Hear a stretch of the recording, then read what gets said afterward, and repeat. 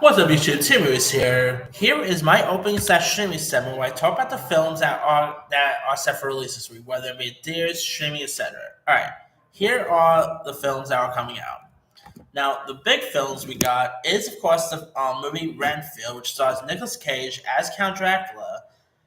Renfield is also directed by the Lego Movie director Chris McKay, and in it, Renfield, the tortured aide to his narcissistic boss Dracula, is forced to procure his master's prey and do his every bidding. However, his centuries of servitude, he's ready to see if there is a life outside the shadow of the Prince of Darkness. And man, the trailers for this has looked awesome. You got Nicolas Cage as Count Dracula is something I never knew I wanted, but something I'm definitely gonna need. It looks really cool, looks interesting, so I cannot wait to see this when it premieres. We also got the Pope's Exorcist, which stars Russell Crowe, which, I love Russell Crowe. He's one of the best actors there, but I'm not really too excited for this. I mean, the trailers looked okay and everything, but yeah, if you guys don't know much about the story here, you got it's about Father Gabriel Amorth, chief exorcist for the Vatican, battles Satan and innocent possessing demons. A detailed portrait of a priest who performed more than 100,000 exorcisms in his lifetime. Now, this is directed by Julius. I forgot his name. Just Abraham, I think his name is. Of course, he did give us Overlord, which I enjoyed, and the recent Sylvester Stallone movie, Samaritan, which I also enjoyed. So maybe this could be a surprise. Who knows? But yeah, I'm not all that too excited for this. All right. Also out, we got the film Mama. It stars Toni Collette, and it's about a middle-mannered suburban mom who unexpectedly inherits her late grandfather's mafia empire in Italy. Guided by the firm's trusted consigliere, she hilariously defies everyone's expectations as she finds herself stuck in the middle of a deadly mob war. Now, this is directed by Catherine Hardwicke, who, of course, is best known for directing the first Twilight movie. She also did 13 back in 2003. She's done some really decent films and all. So I'm intrigued to check this one out. I like Toni Collette, so hopefully this can be interesting.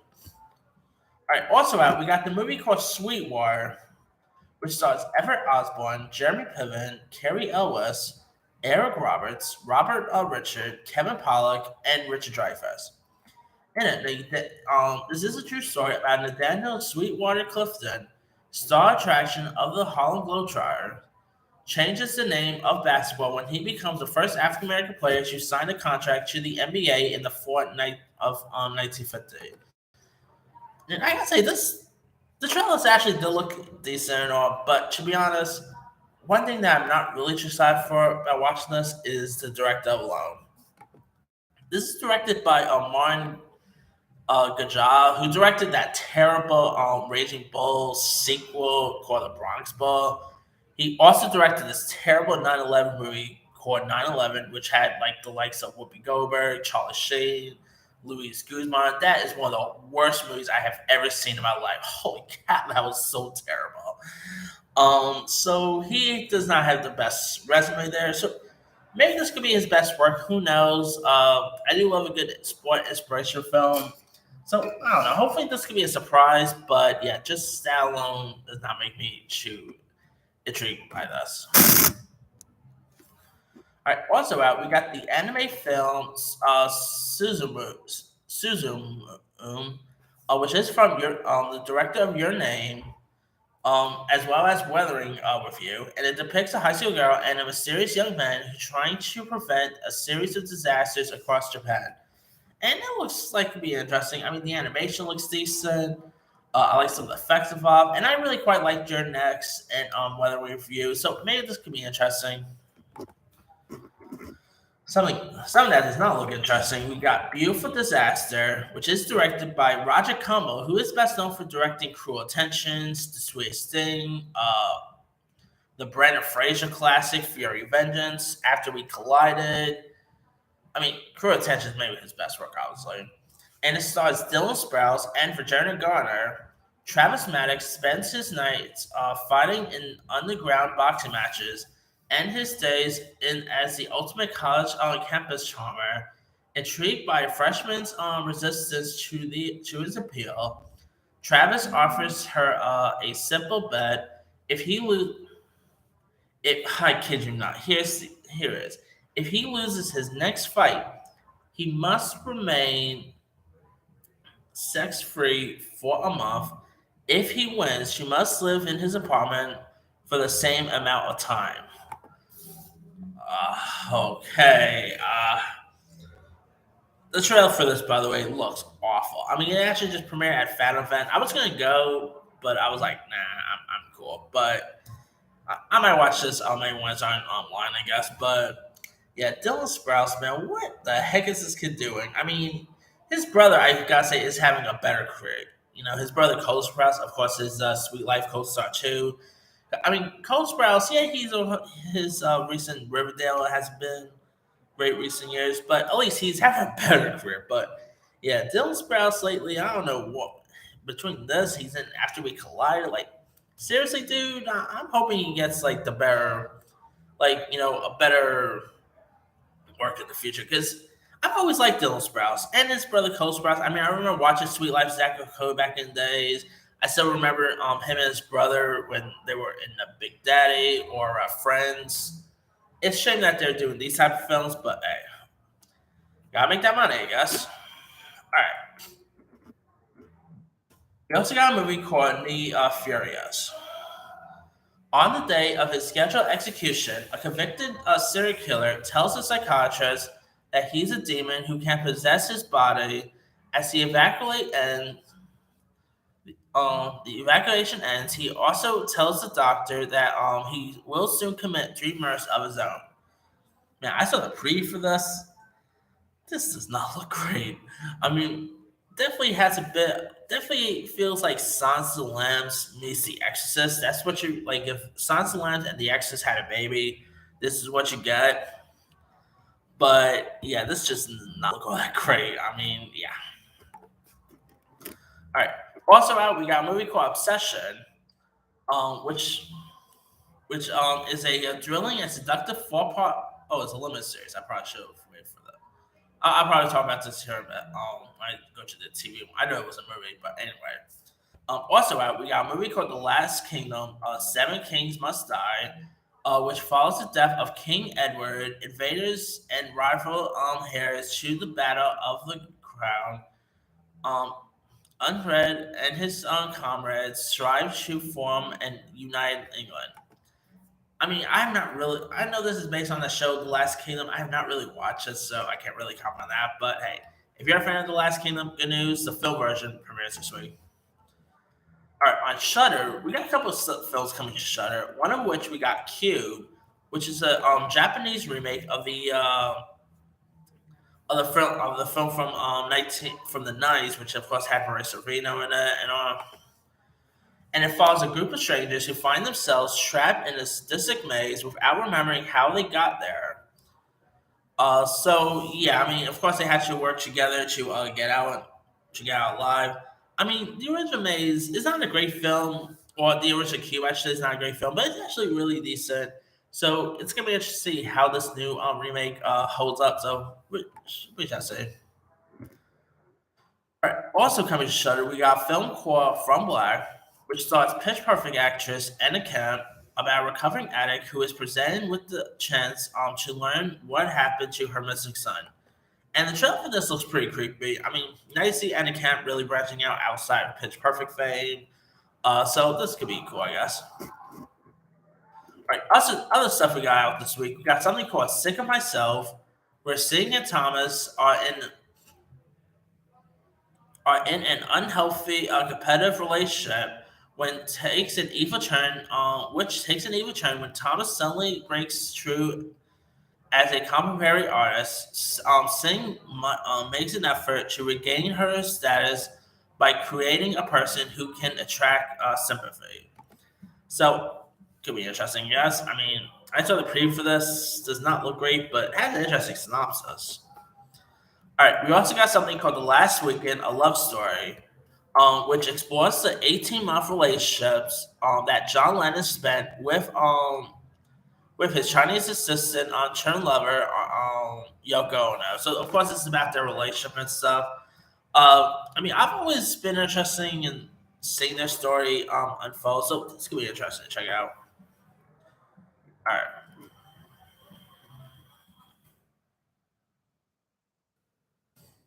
Other stuff out this week. We got something called Once Upon a Ukraine, which is about a Ukrainian surf named Taras who teams up with the samurai Yakayo to revenge for Yakayo's master to free his beloved Maria from a slave master. Yeah, I love a good samurai film, so this could be interesting. All right, we also got something called Hilma, exploring the enigmatic life of Hilma F. Clint, now recognized as one of the West's first abstract artists. This is directed by Lasse Osa Hallstrom, who's best known for directing the Leo DiCaprio classic "What's in Gilbert Grape." He also directed A Dog's Purpose, the Johnny Depp movie Chocolate. He's done some really decent movies over the past number of years. So he also co-directed that terrible Nutcracker movie a couple years ago. So not everything he touches turns to go. But yeah, this could be interesting to check out. I mean, really, I don't really know too much about the story, but it could be intriguing. All right, we also got the movie Rare Objects, which is directed by Katie Holmes and stars Katie Holmes as well as Jim Sturgis and Derek Luke, about a young woman who, with a traumatic past, seeks to rebuild her life when she begins working at a New York City antique shop. Could be interesting. I like Katie Holmes, and she's actually not bad of a director. You know, she directed this movie years ago called What I Had or something like that. I think it was called What I Had or something, which was a really decent little film there. So this could be interesting. All right. We also got a movie called Cherry, which is an indie film where Cherry has 24 hours to make the most important decision of her life, whether or not to keep an unplanned pregnancy. That could be interesting there. It has a couple of actors I never really heard of, so there's that, but could be interesting. All right. We also got something called One of These Days, which I'm really getting a honeymooners vibe. You know, one of these days. Anyway, um, in a small town in Texas, an annual endurance contest hands on to win a pickup truck promises thrilling entertainment to spectators and the chance of a lifetime to participants, but ends in real tragedy. Now, the film does star Cole as well as Carrie Preston, Kelly Hernandez. So, I don't know, it could be interesting to check out. I like the cast involved, so it could be cool. Now, here we are on the TV side. Now, we, of course, on the TV side, on Netflix, we got Obsession, which is a thrilling and seductive four-part limited series about the erotic obsessions and forbidden desire. It centers around a dangerous love triangle that emerges when enigmatic Anna Barton, played by Charlie Murphy, not to be confused with Eddie Murphy's like brother, by the way, uh, who embarks on a passionate affair with her fiance's father, William. While Anna fights to sustain both relationships, William is drawn into an obsessive spiral. But how long can they keep their secret hidden before someone gets hurt? It also stars Game of Thrones actor Richard Armitage, so there's that too. As in the pre for this, I am getting a bit of like a Fatal Attraction vibe, or those classic obsession movies from like the 80s and stuff. So maybe this could be interesting to check out. So it could be cool. And I guess it's not a series version based on the Beyonce and Idris Elba film either. So don't, yeah. All right. Other TV shows we got coming out this week.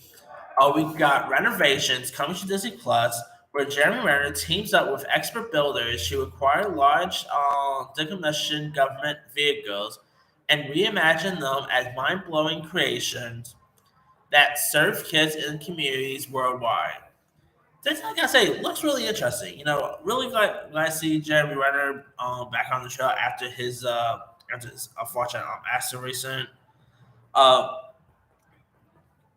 like Jimmy Kimmel said, he is the strongest Avenger right there. So really cool. See, I mean, I love Jeremy Renner, whether it's like him playing Hawkeye, whether his Oscar nominated turns into Hurt Locker, The Town, even when he played Jeffrey Dahmer, this guy is always great. So seeing him pretty much doing something like this, like a renovation show, could be interesting.